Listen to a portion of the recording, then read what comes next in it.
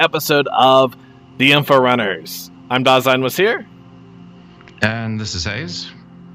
And welcome to this lovely podcast, as we are actually going to discuss something which, well, has had a lot of conversation within our org, and especially between me and Hayes, concerning fleet combat. And that's a very interesting topic, being as, well, we were discussing some things, and we had some differing opinion, and Hayes, well, what makes fleet combat so different than what a lot of people think it'll be? Well, historical warfare and MMO online warfare plays very differently. And today we plan to discuss how we think that's going to pan out based on design choices that CIG is currently heading in and things that they've already sort of designed on. They've got this idea that they want this grand space opera, and they've modeling most of their flight around this idea of dogfighting and sort of slowing ships down.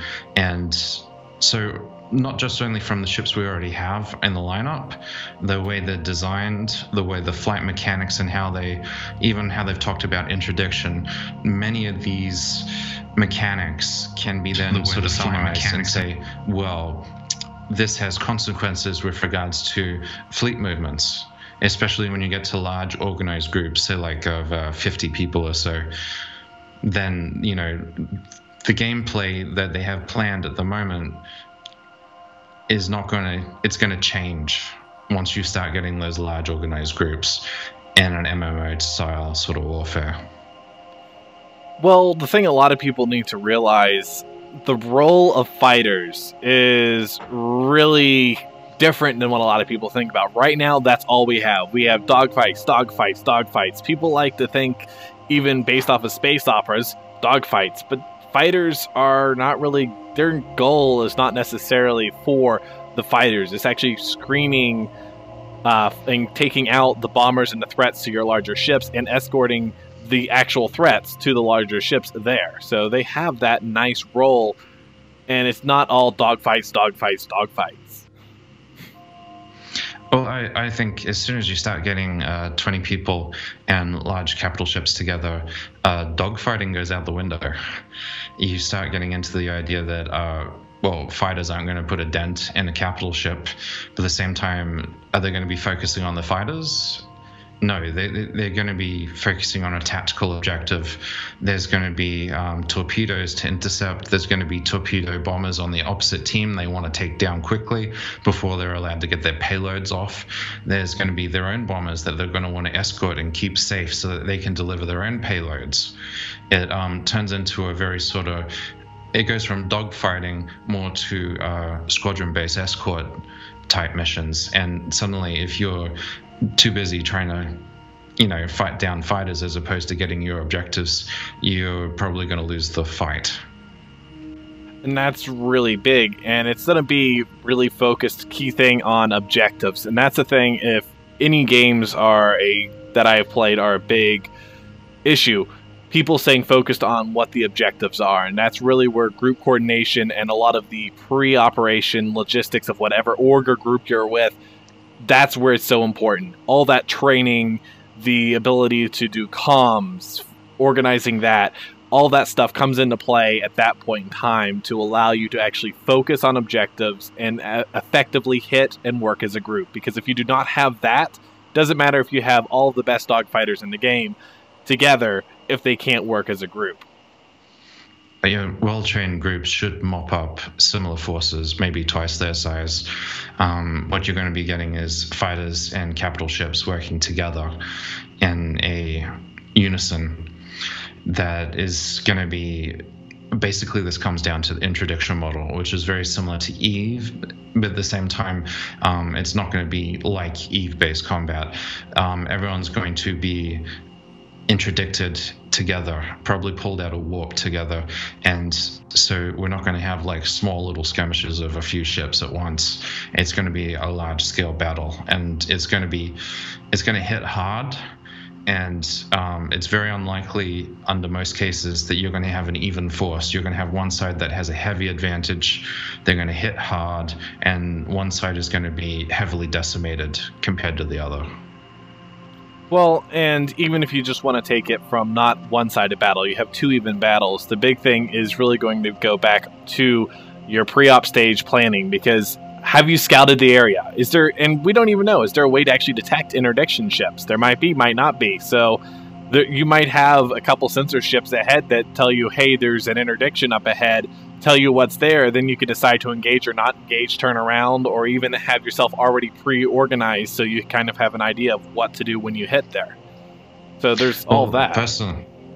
Personally, I think battles are won before they start, and it does come down to that pre-op, the idea that you were ready and well-trained and well-coordinated before anything happened, and then when it actually happened, you were ready more than the other team, whether it be from numbers, tactics, formations, having the right mix of torpedoes, capitals, and fighters that will give you that advantage over the other team.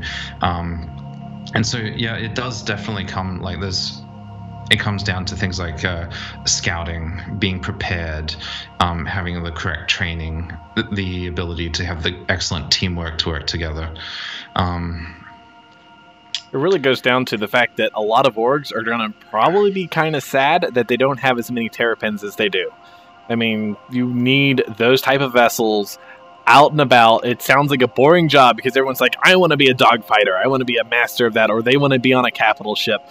But all those ships are useless without your terrapins, your trackers, even your Carracks or Aquillas. Those things are probably going to be pulled in as just to add extra sensors. I mean, seriously.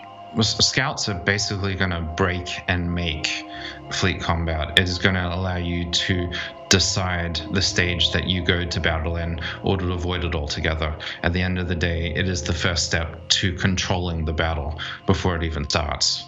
And so scouting is going to be probably the single most important thing, secondary only to having people, tactics, teamwork, and the training. This is, you know, even if you don't have the training, if your scouting is absolutely amazing, you can avoid the battle before it even starts, or run away before you can get into further deeper shit. It will make and break orgs, especially large fleet movements. Well, one thing on top of that, and I hate to say this, is also the time people are on. This is one big thing a lot of people don't really think about. They like to sit here right now, that your armchair generals like to sit there and fantasize, like kind of like what we're doing right now. Hey, what's going to happen? But they don't think about the biggest thing, which is when people are on. Because if you don't have a good mix of when people are on, that's going to really affect fleet battles. And a lot of fleet battles, if they're not over quickly and they're going over a period of time, it's going to be continuously people getting off because they have to do things, and then more people coming on, which is really going to be rather interesting to see how that type of dynamic works out as well.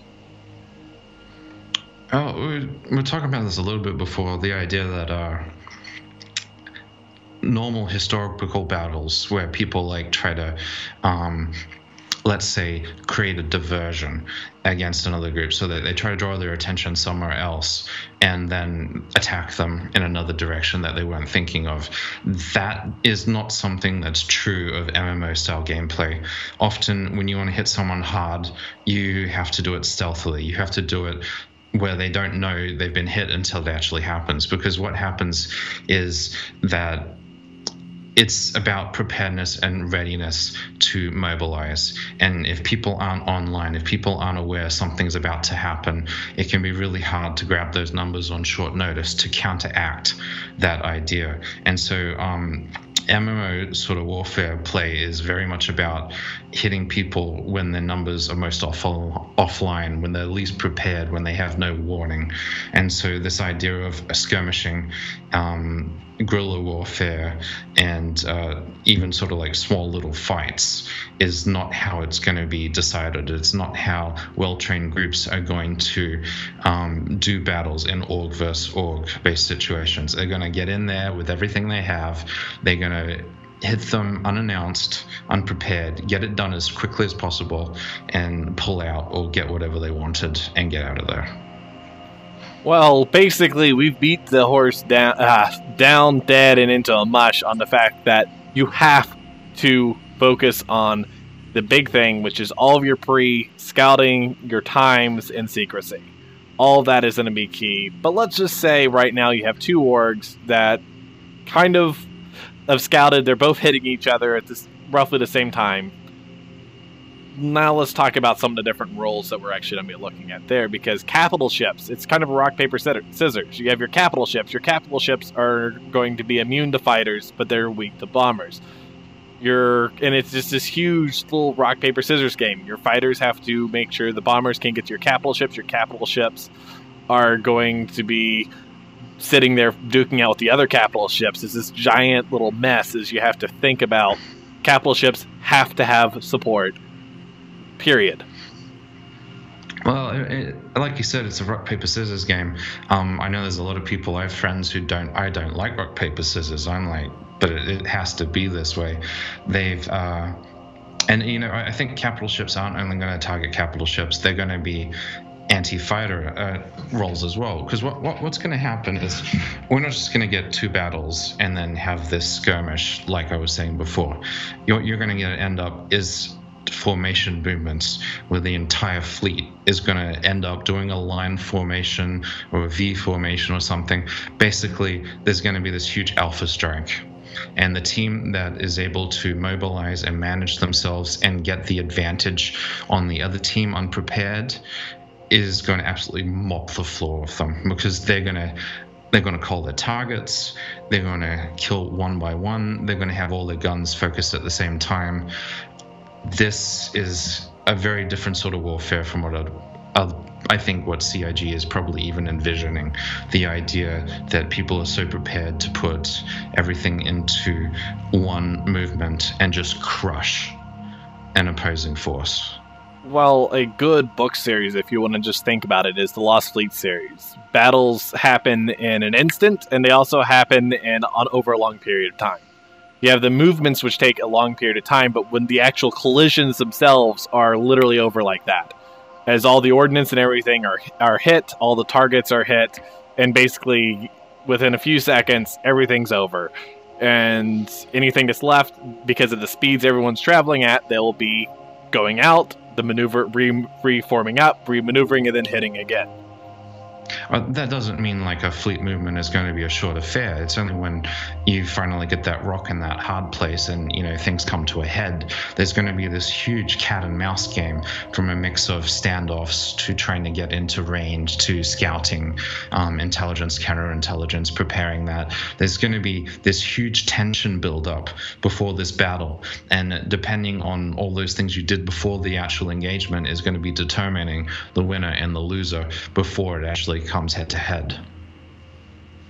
Again, it's a giant chess game, and again, it's probably based off of the huge alpha strike potential that's going to be coming in waves, where you have your first wave, boom, alpha strike, everything reorganizes and hits again if it's not demolished, unless everyone's demolished in the first run, and then it's just mopping everything up. And that's the other big phase that people really need to think about, is just because you win the battle doesn't mean that it's over, because you now have the mop-up phase, because there's two things you can do. If it's just you're after an objective, you can grab your objective and leave, or if you're actually fighting for territory or something serious, your group is going to want to continue on and wipe out what resources they have now and make sure they're all gone.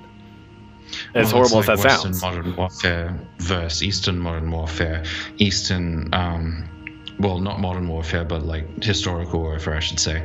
The idea that in Eastern societies, one force would surrender to the other and try to avoid actual losses and, you know, try to, you know, fight another day. Well, Western combat has generally the idea that you completely annihilate the other side at whatever cost. You know, you don't leave people alive. You crush them. Yeah, we were talking about this the other day, because I've been reading a book called Carnage Culture, and it's an amazing book, but this guy is analyzing the differences in the warfare. And there's a lot about it. Check out the book. I'm not going to try to summarize stuff that covers in tons of pages, but basically the big difference is if you looked at like Alexander the Great versus the Persians, and you look at the Greeks versus a lot of the other people, there's a different mentality of battle, and there was even a different mentality when Alexander the Great took over from the Greeks, which is the idea of purely decisive battle. It's not just winning the day and getting whatever your objective was. It's completely obliterating what's ever in your way. And the question is that something CIG's going to want? Are there going to be some sort of penalties for that? I mean, because that's the interesting question that I have, because I remember them once talking about there will be penalties for shooting escape pods. How are prisoners going to be dealt with? I'm really curious to see how that idea is. Are we going to get more of that historically Eastern style warfare where you had objectives, surrender, fight another day between orgs, or are we going to be looking at complete obliteration and just this idea of complete and total domination? Well, see, CIG have been painting themselves into a corner of a room again, mainly due to how some of these capital ships are just sort of capable of doing the sort of speeds fighters have been reduced to, along with a huge amount of torpedoes. I mean, they're very, very interested in torpedo gameplay compared to a lot of other sort of games I've played, and these are very long range or situational where you get into a position and it's all a question about it is basically missile defense. It's can you intercept it, can you avoid it, can you get rid of them before it's even fired. That becomes very strong. That's going to be like, for smaller ships, that's going to be everything other than scouting and e-warfare. Most small ships will be dedicated to this sort of mini level of tactical play on the battlefield, and even larger ships such as Polaris and Idrises and Javelins are equipped with these again. It's going to be, they're going to be so overwhelmed to want to be able to deal with these things. It's not going to be a classical dogfight. It's going to be very much a countermeasure, or trying to enable that these systems, get from A to B successfully. And it'll be interesting to see if they try to avoid against this. But the thing is, they want to balance this against small groups who are able to have fun and have a skirmish battle and prolong battles. But at the end of the day, they can't control people grouping up in large organized groups and coming together and focusing all that fire in a small area. Well, again, it opens up many questions, because being as the player base is such a small percentage of what's actually there due to NPCs, will they actually have countermeasures to something like this? Will the government actually come in and step in, you might say, and stop this? Or if, let's say, you have an org that completely obliterates someone else after whatever resource or goal they had, what's going to happen? I guarantee you, again, there's going to be consequences, one way or the other. Well, what type? It's like, it comes down to the player base will do, especially the large organized military-based orgs, are going to do what's in their absolute best interest. They're going to find the most effective solution, and they're going to push it to the absolute limit. And this is only going to be a small portion of the entire player base. And it'll be interesting to see how they try to, as you said, to balance it. Because, I mean, you can bring a horse to water, but you can't force him to drink. So even though they want and try to encourage to play a certain way, people will find their own way and do it their own way. And it'll be very interesting to see if they either encourage this sort of very highly and sophisticated group military play style, or whether they discourage it. Well, the big question here also goes down to the fact, as you said, a small portion of the community, but I actually think it'll end up being a little bit larger than you think, because you'll have groups of friends who are going to be loosely associated to some of these different orgs who might just want to join in just to have fun. I mean, if you end up having that, there may be fleet battles or organized fleet battles just organized just for the pure idea of fun, too, because you know what? That's something that it just sounds like a lot of fun. Get 200 people, who knows how many on either side, going at it together. I mean, that just sounds like a great time. And you'd be like, hey, bud, let's just have an organized combat just to have organized combat. I think that there's going to be more the people who want to do it to have fun as opposed to be effective. At the end of the day, being effective means, well, you're on the winning team. You're obliterating the other guys. But then again, most players in Star Citizen overwhelmingly are not interested in combat. And I think CIG already have that sort of figured out for those people who don't want to focus on combat, because at the end of the day, you're only 10% of the actual player base. There's going to be 90% NPCs, and the faction system is what's going to keep other people sort of safe. So that means if one huge military group steps out of the line and causes huge problems to the player base and the NPC population at large, the idea is that the world counteracts that action and balances it.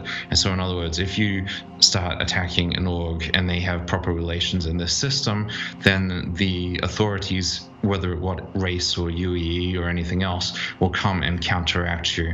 And they should be able to have forces that would eventually ramp up equal and completely outgun you. So it still comes down to the idea that, unlike Eve, where military is everything, the side that loses is decimated and the other side is a complete winner. They can do very large fleet combat versus another group, or to protect their interests, or with another NPC, but it's going to have limits, and they want to be careful who they pick their battles with, because at the end of the day, the NPC factions are going to rise up and deal with them. Well, and as actually one of our particular viewers right now is mentioning, Seth, I think it's called, because it's a sim, doing evil stuff like shooting escape pods could have huge ramifications on reputation in an NPC-filled universe, and that could basically be how they balance things out. It's exactly what you're saying. It's the NPCs are going to balance everything out. It put a limitation, and the idea that if you can get what you want and achieve what you want with a more limited warfare type of style, like in letting people live or letting them leave heavily damaged, and you take less of a reputation hit because of that, encouraging people not to go all the way and giving them a benefit from that, that could very much help. Not necessarily just griefers, but sort of inter-org and the fun of other people who get caught in the crossfires of these highly organized groups. Yeah, there won't be as much hatred. There'll be rivalry, but there won't be like, well, they just obliterated everything I spent 2 years working on, and it's going to take forever to get back up there. Instead, it's, well, we have a setback. Yeah, hello, Eve. That's exactly where I got that statement from. You spend years building stuff, and all of a sudden it's just gone in a blink of an eye. So, either way, that's really the interesting goal of this. Is there's so many ways it can go, but the big thing is, as you said, just to summarize everything here, our idea of what's probably going to happen is going to be really long-term planning, blink of the eye combat, overwhelming, and most likely, instead of it being scorched earth because of the way they have set it up, because thank goodness this is not going to be Eve, it's probably going to be, let the other people leave with their tail between the legs and go. Unless there's some benefit to fully obliterating your opponents. Well, that's right. You might get some positive faction bonuses for doing such. There may be a reward on the head. So, that's a balance in itself, because obviously they've stepped over the line too much some other place, and it sort of comes back to bite.